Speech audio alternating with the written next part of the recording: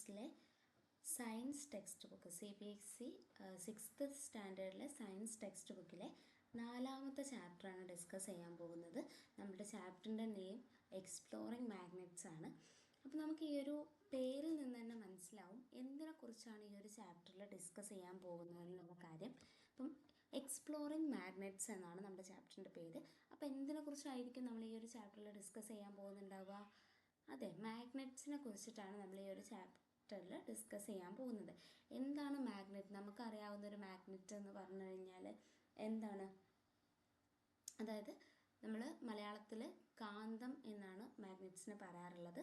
എല്ലാവർക്കും വളരെ നന്നായിട്ട് തന്നെ അറിയാവുന്ന ഒരു സാധനമാണ് ഈ മാഗ്നറ്റ്സ് എന്ന് പറയുന്നത്. അപ്പോൾ ഈ ഒരു ചാപ്റ്ററിൽ നമ്മൾ ഡിഫറെൻറ്റ് ടൈപ്പ് ഓഫ് മാഗ്നറ്റ്സ് പറയുന്നുണ്ട്, മാഗ്നറ്റിക് മെറ്റീരിയൽസ് പറയുന്നുണ്ട്, അതുപോലെ തന്നെ മാഗ്നറ്റിൻ്റെ പോൾസിനെ കുറിച്ച് ഡിസ്കസ് ചെയ്യുന്നുണ്ട്. അങ്ങനത്തെ കുറച്ച് കാര്യങ്ങൾ ആണ് ഡിസ്കസ് ചെയ്യാനായിട്ട് പോകുന്നത്. ഈ ചാപ്റ്ററിൽ അങ്ങനത്തെ കുറച്ച് കാര്യങ്ങളാണ് ഉള്ളത്. നമുക്ക് സ്റ്റാർട്ട് ചെയ്യാം. ഫസ്റ്റ് തന്നെ ഒരു ചെറിയൊരു സ്റ്റോറിയിലൂടെയാണ് ഈ ചാപ്റ്റർ സ്റ്റാർട്ട് ചെയ്യുന്നത്. ഇവിടെ ഒരു പെൺകുട്ടീനെ നമുക്ക് കാണാം ലെഫ്റ്റ് സൈഡിൽ. ഈ പെൺകുട്ടിയാണ് Reshma. Reshma lives in a coastal town of Kerala and is very fond of writing short stories. Her grand mother loves listening to her stories. So Reshma was writing a new story to share with her grand mother on her 16th birthday. Okay, അപ്പോൾ എന്താണ് ഫസ്റ്റത്തെ ഒരു പാരഗ്രാഫിൽ പറയുന്നത്? രേഷ്മ എന്ന് പറയുന്ന പെൺകുട്ടി ഒരു coastal ടൗണിലാണ് താമസിക്കുന്നത്. അതുപോലെ തന്നെ അവൾക്ക് എന്താണ്, ഷോർട്ട് സ്റ്റോറീസ് എഴുതാനായിട്ട് ഭയങ്കര ഇഷ്ടമുള്ളൊരു പെൺകുട്ടിയാണ്. Her grand mother loves listening to her stories. അവളുടെ മുത്തശ്ശിക്ക്, ഗ്രാൻഡ് മദറിന് അവളുടെ സ്റ്റോറീസ് കേൾക്കാൻ ഭയങ്കര ഇഷ്ടമാണ്. So Reshma was writing a new story to share with her grand mother. So അതുകൊണ്ട് തന്നെ ഓൺ ഹെർ 16th ബർത്ത്ഡേ രേഷ്മയുടെ ഗ്രാൻഡ് മദറിൻ്റെ 16th ബർത്ത്ഡേക്ക് വേണ്ടിയിട്ട് ഒരു സ്റ്റോറി, ഒരു പുതിയ ഷോർട്ട് സ്റ്റോറി എഴുതുകയാണ്. ഓക്കെ, അതാണ് ഈ ഒരു ഫസ്റ്റ് പാരഗ്രാഫിൽ. അപ്പം the story was based on a ship carrying spices from Kerala for trade in the olden days.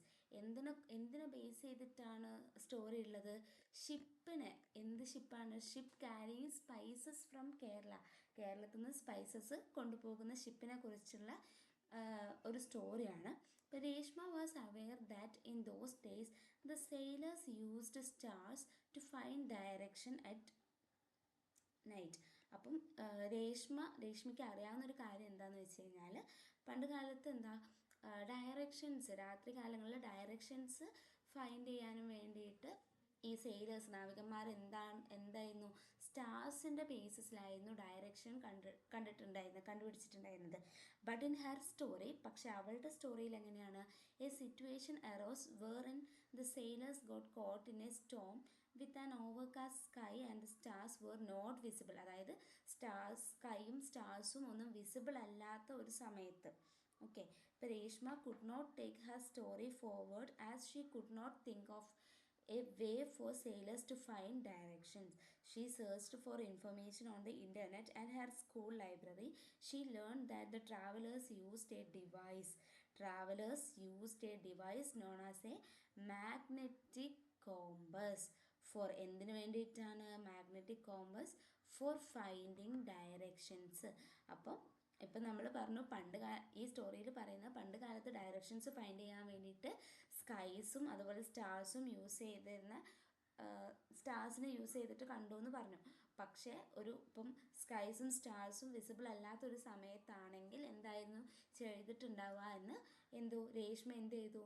ഇൻ്റർനെറ്റിൽ സെർച്ച് ചെയ്തപ്പം അവർക്ക് കിട്ടിയ ഇൻഫർമേഷൻസ് എന്ന് പറയുന്നത്, പണ്ട് കാലത്ത് ട്രാവലേഴ്സ് യൂസ് ചെയ്തിരുന്ന ഒരു ഡിവൈസ് ഉണ്ട്, ഒരു മാഗ്നറ്റിക് കോമ്പസ് ബോക്സ് എന്നാണ് അതിൻ്റെ പേര്.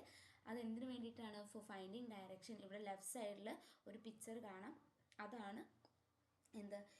ഇതാണ് മാഗ്നറ്റിക് കോമ്പസ് എന്ന് പറയുന്ന ഡിവൈസ് ഡയറക്ഷൻ കാണാൻ വേണ്ടിയിട്ട് യൂസ് ചെയ്തിട്ടുണ്ടായിരുന്നത്.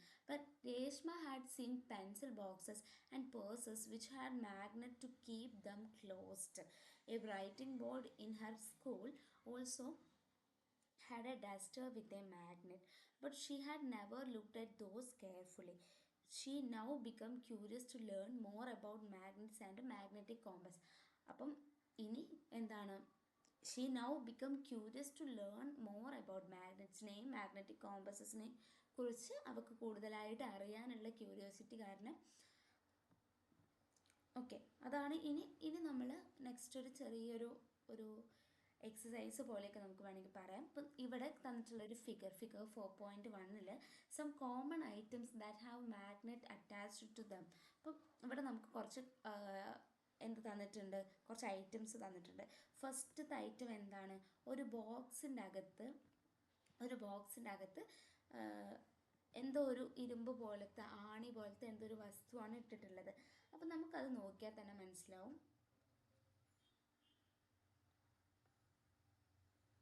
മാഗ്നറ്റ്സ് ഉണ്ട് എന്ന്. അതായത് മാഗ്നറ്റ്സ് അറ്റാച്ച് ചെയ്തിട്ടുള്ള സം കോമൺ ഐറ്റംസ് ആണ് തന്നിട്ടുള്ളത്. ഓക്കെ, ഇപ്പോൾ മാഗ്നറ്റ്സ് അറ്റാച്ച് ചെയ്തിട്ടുള്ള കുറച്ച് ഐറ്റംസ് ആണ് ഫിഗറിൽ തന്നിട്ടുള്ളത്. ഇതിൻ്റെ താഴത്തെ പാരഗ്രാഫ് നോക്കൂ. The magnets used by sailors in the olden days were based on naturally occurring magnets known as lodestones, which were discovered in ancient time. Magnets used by sailors in olden days were based on naturally occurring magnets known as എന്താ അതിനെ പറയുന്നത്, lodestones, which were discovered in ancient time. Later on, people found out that magnets could also be made from pieces of irons. Magnets could also be made from എങ്ങനെയാണ്, pieces of iron. Nowadays we have magnets made of different materials വെച്ചിട്ട് magnets ഇപ്പോൾ made ചെയ്യുന്നുണ്ട്. The magnets that you find in your school laboratory and those used in pencil box, stickers, toys are all artificial magnets. ഇപ്പം നമ്മൾ കാണുന്ന സ്കൂളിലെ ലബോറട്ടറീസിലും പിന്നെ നമ്മൾ pencil ബോക്സസിൽ, സ്റ്റിക്കേഴ്സിൽ, ടോയ്സിലൊക്കെ നമ്മൾ കാണുന്നത് ആർട്ടിഫിഷ്യൽ മാഗ്നറ്റ്സ് ആണ്. അതായത് നമ്മൾ ഫിഗർ 4.1 നോക്കുക, അതൊക്കെ എന്താണ്, ആർട്ടിഫിഷ്യൽ മാഗ്നറ്റ്സ് ആണ്. Okay, the magnets can be various shape. Magnets എന്ന് പറയുന്നത് വേരിയസ് ഷേപ്സിലുണ്ട്. അപ്പം വേരിയസ് ഷേപ്സിലുള്ള മാഗ്നറ്റ്സിനെയാണ് ഇനി താഴെ കാണിച്ചിട്ടുള്ളത്. ഇപ്പോൾ ഫസ്റ്റ് കാണിച്ചിട്ടുള്ള മാഗ്നറ്റിനെയാണ് നമ്മൾ ബാർ മാഗ്നറ്റ് എന്നാണ് ഈ മാഗ്നറ്റിനെ പറയാം. ഓക്കെ, നെക്സ്റ്റ് ഉള്ളത് യു ഷേപ്ഡ് മാഗ്നറ്റ് ആണ്. അത് കഴിഞ്ഞിട്ടുള്ളത് റിംഗ് മാഗ്നറ്റ് ആണ്. ഓക്കെ, അപ്പോൾ ടെക്സ്റ്റിൽ 3 ടൈപ്പ് ഓഫ് മാഗ്നറ്റ്സ് ആണ് കാണിച്ചിട്ടുള്ളത്. ഫസ്റ്റ് ഉള്ളത് bar magnet, U shaped magnet, ring magnet. അപ്പോൾ ഈ 3 ടൈപ്പ് മാഗ്നറ്റ്സ് മാത്രമൊന്നും അല്ല ഉള്ളത്, വേറെയും ടൈപ്സ് ഉണ്ട്. അപ്പോൾ അതൊന്ന് ഞാൻ കാണിച്ചു തരാം. ഓക്കെ, അപ്പോൾ ഈ കാണിക്കുന്നതാണ് ഡിഫറെൻറ്റ് ടൈപ്സ് ഓഫ് മാഗ്നറ്റ്സ്. അപ്പോൾ ഇതിൽ നേരത്തെ കാണിച്ച 3 ടൈപ്സ് അല്ലാതെ വേറെയും ടൈപ്സ് ഉണ്ട്. ഫസ്റ്റ് കാണുന്നത് ഹോർഷൂ മാഗ്നറ്റ് ആണ്. ഇതെന്ന് പറയുന്നത് ഇപ്പോൾ നേരത്തെ നമ്മൾ യു ഷേപ്ഡ് മാഗ്നറ്റ്, ഇതിൻ്റെ തൊട്ടപ്പുറത്തുള്ള മാഗ്നറ്റ് നോക്കൂ, യു ഷേപ്ഡ് മാഗ്നറ്റ്. അപ്പോൾ യു ഷേപ്പ് പോലെ തന്നെയാണ്, പക്ഷെ അതിൻ്റെ 2 എൻഡ്സ് കുറച്ചും കൂടെ ഒന്ന് ഉള്ളിലേക്ക് വന്നിട്ടുള്ളതാണ് ഹോർഷൂ മാഗ്നറ്റ്. പിന്നെ നേരത്തെ കാണിച്ച യു ഷേപ്ഡ് മാഗ്നറ്റ്, പിന്നെ അടുത്തത് ബാർ മാഗ്നറ്റ്. നാലാമത് കാണിച്ചിട്ടുള്ളത് സിലിണ്ട്രിക്കൽ മാഗ്നറ്റ് ആണ്.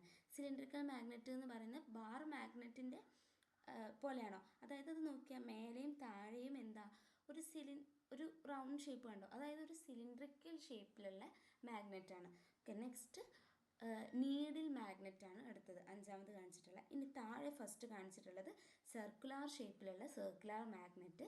അത് കഴിഞ്ഞിട്ടുള്ളത് ഒരു റിംഗ് മാഗ്നറ്റ് ആണ്. അത് കഴിഞ്ഞിട്ടുള്ളത് റോഡ് മാഗ്നറ്റ്, ഒരു റോഡ് ഷേപ്പിലുള്ളതാണ് റോഡ് മാഗ്നറ്റ്. പിന്നെ കാണിച്ചിട്ടുള്ള ഓവൽ ഷേപ്ഡ് മാഗ്നറ്റ്. അങ്ങനെ ഇതിപ്പം 9 ടൈപ്സ് മാഗ്നറ്റ് ഉണ്ട്. അതിൻ്റെ ഷേപ്പിൻ്റെ അടിസ്ഥാനത്തിൽ 9 ടൈപ്പ് മാഗ്നറ്റ്സിനെയാണ് ഇപ്പോൾ കാണിച്ചിട്ടുള്ളത്. ഓക്കെ, ഇപ്പോൾ ടെക്സ്റ്റിലാകെ 3 ടൈപ്പ് മാഗ്നറ്റ്സേ കാണിച്ചിട്ടുള്ളൂ. അപ്പോൾ ഈ ഒരു ബാക്കി മാഗ്നറ്റ്സും കൂടെ ഒന്ന് പഠിച്ചു വയ്ക്കാം.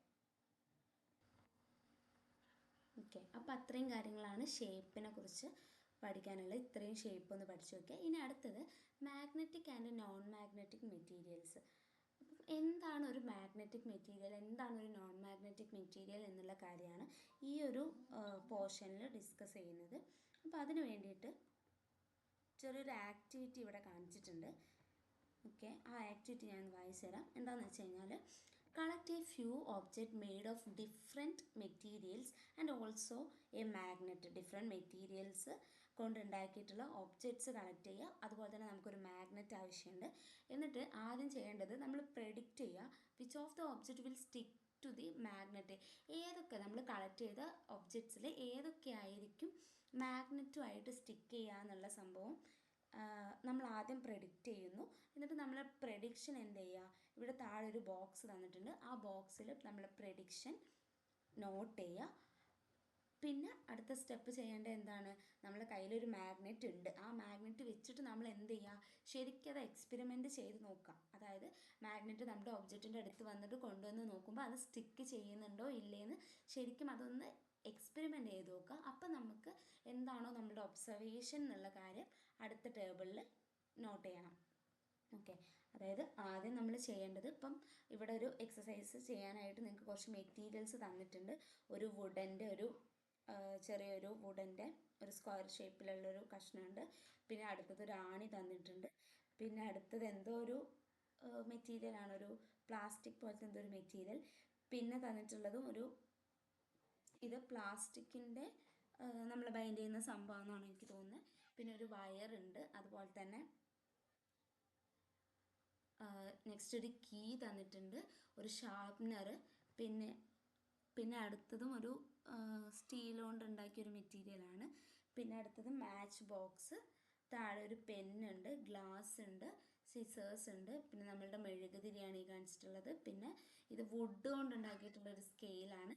നെക്സ്റ്റ് സ്റ്റാപ്ലർ, പെൻസിൽ, അടുത്തതൊരു ടവൽ പോലെ എന്തോ ഒരു സംഭവം. പിന്നെ അത് ഓക്കെ, അത്രയും ഒബ്ജക്ട്സ് ആണ് തന്നിട്ടുള്ളത്, അത്രയും മെറ്റീരിയൽസ് ആണുള്ളത്.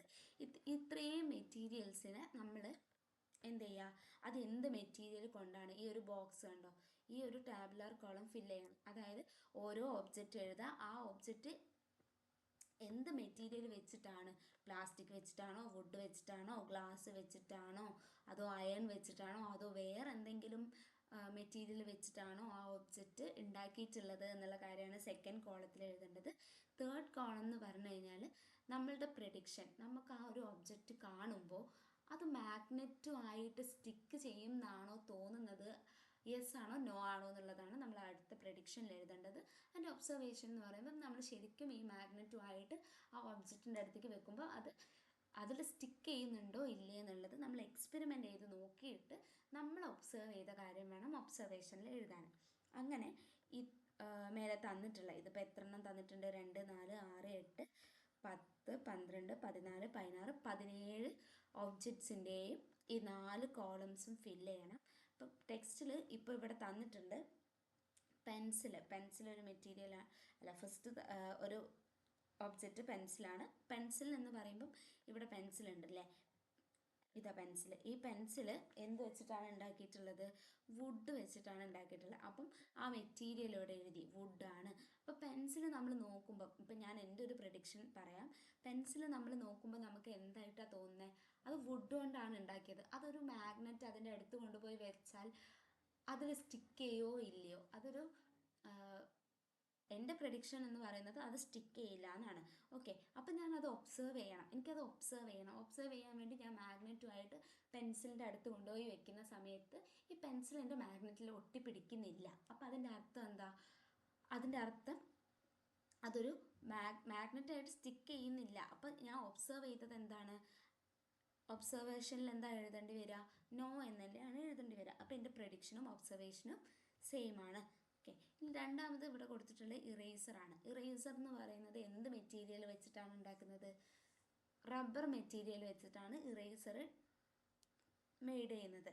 ഓക്കെ, അപ്പോൾ ഇറേസറും നമ്മൾ പ്രെഡിക്റ്റ് ചെയ്യുമ്പോഴും ഒബ്സർവ് ചെയ്യുന്ന സമയത്തും നമുക്കതൊരു മാഗ്നറ്റുമായിട്ട് സ്റ്റിക്ക് ചെയ്യുന്നില്ല. അപ്പോൾ 2 കോളത്തിലും നോ എന്ന് തന്നെയാണ് എഴുതേണ്ടത്. ഇനി വേറൊരു എക്സാമ്പിൾ ഇവിടെ കൊടുത്തിട്ടുണ്ട്. കീ എന്ന് പറയുന്നത് അത് അയൺ കൊണ്ടുണ്ടാക്കിയ ഒരു കീ ആണെന്ന് വിചാരിക്കുക. അയൺ വെച്ചിട്ടാണ് കീ ഉണ്ടാക്കുന്നത്. അപ്പോൾ കീ എൻ്റെ പ്രഡിക്ഷൻ എന്ന് പറയുന്നത് അത് മാഗ്നറ്റുമായിട്ട് സ്റ്റിക്ക് ചെയ്യുന്നുണ്ട്. ഓക്കെ, അത് ഒബ്സർവ് ചെയ്യുന്ന സമയത്തും അതെന്താണ്, മാഗ്നറ്റുമായിട്ട് സ്റ്റിക്ക് ചെയ്യുന്നുണ്ടെന്ന് മനസ്സിലാവും. അങ്ങനെ ഈ ഇവിടെ തന്നിട്ടുള്ള എല്ലാ ഒബ്ജക്ട്സിൻ്റെയും എന്ത് ചെയ്യണം, ഓരോ ഒബ്ജക്ട്സും എന്ത് മെറ്റീരിയൽ വെച്ചിട്ടാണ് മെയ്ഡ് ചെയ്തിട്ടുള്ളതെന്ന് എഴുതണം. അതുപോലെ തന്നെ നമ്മളുടെ പ്രഡിക്ഷനും ഒബ്സർവേഷനും എഴുതണം. ഈ ടാബുലർ കോളം ഫുള്ളായിട്ട് കംപ്ലീറ്റ് ചെയ്യണം. ഓക്കെ. എന്നിട്ട് നമ്മൾ ചെക്ക് ചെയ്യേണ്ട കാര്യം എന്താണ്, was your prediction correct for all objects. നമ്മളുടെ പ്രഡിക്ഷൻ കറക്റ്റ് ആയിരുന്നോ അല്ലയോ എന്ന് നമ്മൾ ഒബ്സർവേഷനുമായിട്ട് നമ്മൾ കമ്പയർ ചെയ്ത് നോക്കണം. അപ്പം മനസ്സിലാവും നമ്മളുടെ പ്രഡിക്ഷൻ കറക്റ്റ് ആണോ അല്ലേന്ന്. നമ്മൾ പ്രെഡിക്റ്റ് ചെയ്തതും നമ്മുടെ ഒബ്സർവേഷനും സെയിം ആണെങ്കിൽ അതിൻ്റെ അർത്ഥം എന്താ, നമ്മുടെ പ്രഡിക്ഷൻ കറക്റ്റ് ആണെന്നാണ്. ഓക്കെ. ഇനി which material stuck to the magnet. അപ്പോൾ നമ്മൾ ആ കോളം ഫുള്ള് ചെയ്ത് വരുമ്പോൾ നമുക്ക് മനസ്സിലാവും ഏതൊക്കെ മെറ്റീരിയൽസ് ആണ് മാഗ്നറ്റുമായിട്ട് സ്റ്റിക്ക് ചെയ്യുന്നത്. ഓക്കെ. എന്നിട്ട് നമുക്ക് അതിൽ നിന്ന് കിട്ടുന്ന കൺക്ലൂഷൻ എന്താണ്, സ്റ്റിക്ക് ചെയ്യുന്ന കൺക്ലൂഷൻ എന്തായിരിക്കും എന്നുള്ള കാര്യമാണ് താഴെ പറയുന്നത്. ഓക്കെ. അപ്പോൾ ത്രൂ ദിസ് ആക്ടിവിറ്റി നോക്കുക, through this activity V found that some of the objects were attached to the magnet. some of the object എന്താണ്, മാഗ്നറ്റുമായിട്ട് അറ്റാച്ച് ചെയ്യുന്നുണ്ട്. And stuck to it. അതെന്ത് ചെയ്യുന്നുണ്ട്, മാഗ്നറ്റിൽ സ്റ്റക്ക് ചെയ്യുന്നുണ്ട്. ഓക്കെ. അങ്ങനത്തെ ഒബ്ജക്ട്സിനെ the materials which are attracted towards a magnet, മാഗ്നറ്റിൻ്റെ അടുത്തോട്ടേക്ക് attract ആകുന്ന മെറ്റീരിയൽസിനെയാണ് എന്ത് പറയുന്നത്, മാഗ്നറ്റിക് മെറ്റീരിയൽസ് എന്ന് പറയുന്നത്. ഓക്കെ. അപ്പോൾ നമ്മളിവിടെ മേലെ ഡിസ്കസ് ചെയ്തതിൽ ഇപ്പോൾ കത്രിക എന്ന് പറയുന്നത് ഒരു മാഗ്നറ്റിക് മെറ്റീരിയൽ ആണോ? കത്രിക നമ്മൾ മാഗ്നറ്റ് വെക്കുമ്പോൾ മാഗ്നറ്റിൻ്റെ അടുത്തേക്ക് അട്രാക്റ്റ് ആവുന്നുണ്ട്. അതിൻ്റെ അർത്ഥം സിസേഴ്സ് എന്ന് പറയുന്നത് ഒരു മാഗ്നറ്റിക് മെറ്റീരിയൽ ആണ്. വൈ, എന്തുകൊണ്ടാണ്? അപ്പം എന്തുകൊണ്ടാണെന്ന് ചോദിച്ചു കഴിഞ്ഞാൽ മെറ്റീരിയൽസ് എന്താ, അതായത് നമ്മളുടെ സിസേഴ്സ് ഉണ്ടാക്കിയിട്ടുള്ള മെറ്റീരിയൽസ് മാഗ്നറ്റിൻ്റെ ടുവേർഡ്സിലേക്ക് അട്രാക്റ്റ് ആവുന്നുണ്ട്. അതുകൊണ്ടാണ് അതിനെ മാഗ്നറ്റിക് മെറ്റീരിയൽ എന്ന് പറയുന്നത്. The metal iron is A magnetic material. അപ്പോൾ മാഗ്നറ്റിക് മെറ്റീരിയൽസിന് എക്സാമ്പിൾ ഏതൊക്കെയാണെന്ന് ചോദിച്ചു കഴിഞ്ഞാൽ മെറ്റൽ അയൺ ഒരു മാഗ്നറ്റിക് മെറ്റീരിയലിന് എക്സാമ്പിളാണ്.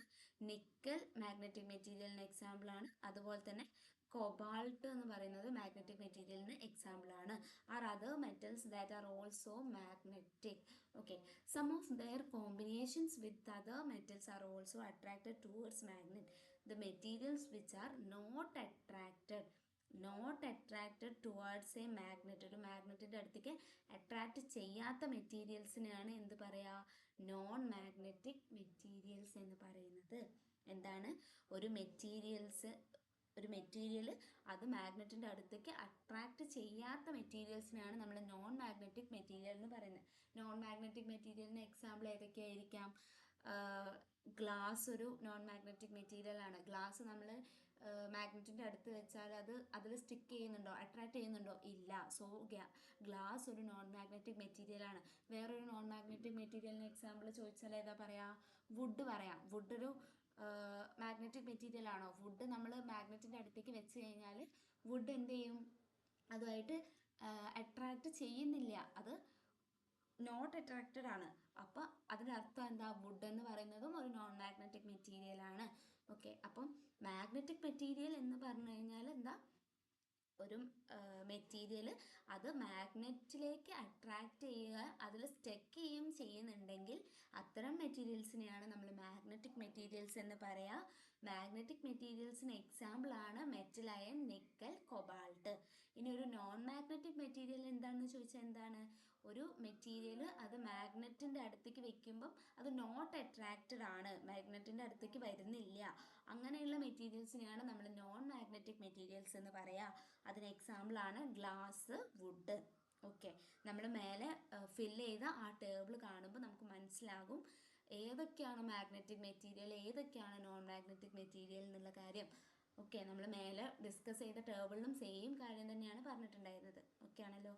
അപ്പം ഇന്ന് പറഞ്ഞിട്ടുള്ള കാര്യം എന്തൊക്കെയാണെന്ന് ചോദിച്ചു കഴിഞ്ഞാൽ, നമ്മൾ ആദ്യം തന്നെ പറഞ്ഞത്, നമ്മൾ സ്റ്റാർട്ട് ചെയ്തത് രേഷ്മയുടെ സ്റ്റോറിയിൽ നിന്നായിരുന്നു. രേഷ്മയുടെ സ്റ്റോറിയിൽ നമ്മൾ കോമ്പസ് ബോക്സിനെ പറ്റി പറയുന്നുണ്ട്. ഓക്കെ. പക്ഷെ അതിൽ നിന്ന് നമ്മൾ പെട്ടെന്ന് മാഗ്നറ്റിലേക്ക് എത്തി. കാരണം എന്താണ്, മാഗ്നറ്റിക് കോമ്പസ് ആണ്. മാഗ്നറ്റിക് കോമ്പസ്, അപ്പോൾ അതിനെക്കുറിച്ച് അവൾക്ക് ഡീറ്റെയിൽ ആയിട്ട് അറിയാൻ വേണ്ടിയിട്ട് അവൾ മാഗ്നറ്റിലേക്ക് എത്തി. അപ്പോൾ മാഗ്നറ്റ് മാഗ്നറ്റ് അറ്റാച്ച് ചെയ്തിട്ടുള്ള സം മെറ്റീരിയൽസ് നമ്മൾ കണ്ടു. അതിനുശേഷം മാഗ്നറ്റ് ഡിഫറെൻറ്റ് ഷേപ്സിലുണ്ടെന്ന് പറഞ്ഞു. ഈ 3 ഷേപ്പ് കൂടാതെ ഞാൻ നേരത്തെ പറഞ്ഞു തന്നിട്ടുള്ള ഷേപ്പും കൂടെ നോക്കാം. ഓക്കെ, അത് കഴിഞ്ഞതിന് ശേഷം നമ്മൾ പറഞ്ഞു മാഗ്നറ്റിക്കും നോൺ മാഗ്നറ്റിക് മെറ്റീരിയലും എന്താണ് എന്ന് പറഞ്ഞു. അതിന് വേണ്ടിയിട്ട് നമ്മളൊരു ചെറിയൊരു എക്സസൈസ് ചെയ്തു. ഈ ടാബുലാർ കോളം ഫില്ല് ചെയ്തു. അതിനുശേഷം എന്താണ് ഒരു മാഗ്നറ്റിക് മെറ്റീരിയൽ എന്താന്ന് പറഞ്ഞു, അതിന് 3 എക്സാമ്പിൾ പറഞ്ഞു. നോൺ മാഗ്നറ്റിക് മെറ്റീരിയൽ എന്താന്ന് പറഞ്ഞു, അതിൻ്റെയും എക്സാമ്പിൾ പറഞ്ഞു.